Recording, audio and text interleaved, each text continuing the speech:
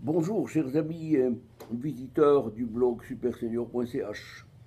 J'aimerais vous parler très rapidement du problème du Moyen-Orient et qui a trait à ce que l'on appelait le problème palestinien avec le mandat reçu à l'époque de la SDN en 1920 et problème qui a duré jusqu'en 1948 sans trouver de solution.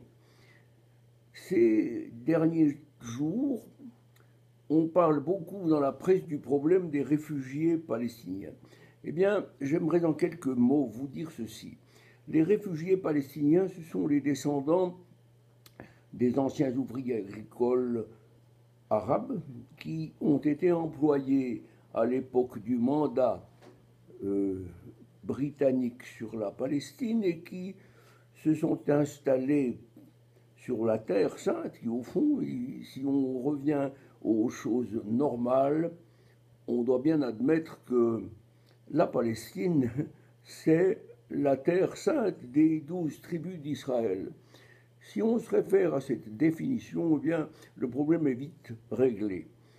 En ce sens que les descendants des ouvriers arabes qui ont travaillé là-bas sont maintenant répartis, ont été répartis dans les camps de l'UNRWA, cette organisation dispensieuse, si j'ose dire, cette organisation qui coûte un poignon de dingue à l'ONU et respectivement à toutes les populations des pays qui payent leurs cotisations.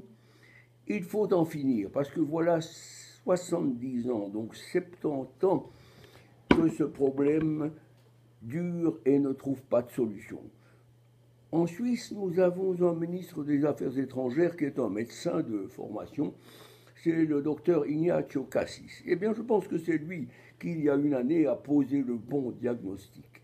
Pourquoi entretenir des camps de réfugiés pour les descendants des réfugiés et des descendants, les arrière-petits-fils vont arriver prochainement, jouissant toujours du statut de réfugiés, alors qu'ils ne le sont pas. Il faut en finir. Il faut tout simplement supprimer un chancre lorsqu'on le détecte, lorsqu'il est là. Il faut supprimer cette organisation qui coûte des millions et des millions de dollars depuis 70 ans. Que va-t-on faire de ces gens qui sont dans ces camps de l'UNRWA? Eh bien, c'est très simple. Les pays du Golfe, leurs frères musulmans, sont de grands demandeurs d'emploi.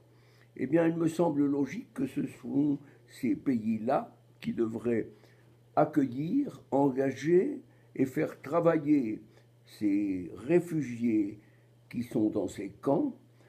Et de toute façon, il n'y a pas d'autre solution que de passer par cette formule. Il faut que ces gens se mettent à travailler, il faut que les camps soient libérés.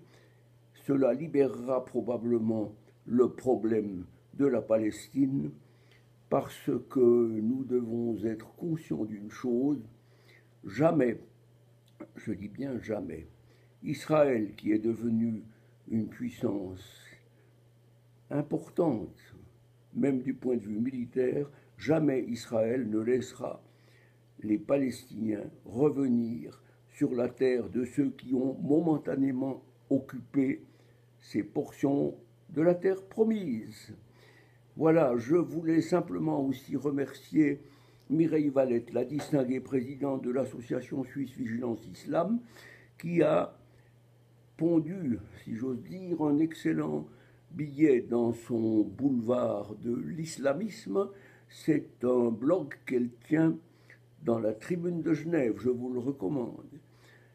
Voilà, je vous souhaite une bonne journée, une bonne lecture, et j'espère que la paix pourra revenir une fois que les chancres, que les fauteurs de troubles auront pu quitter la zone où on cherche à provoquer des guerres, des conflits.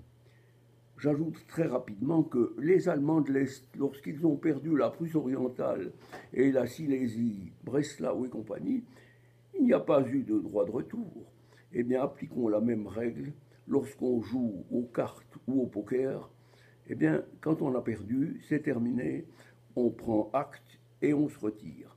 Bonne journée, merci de votre attention.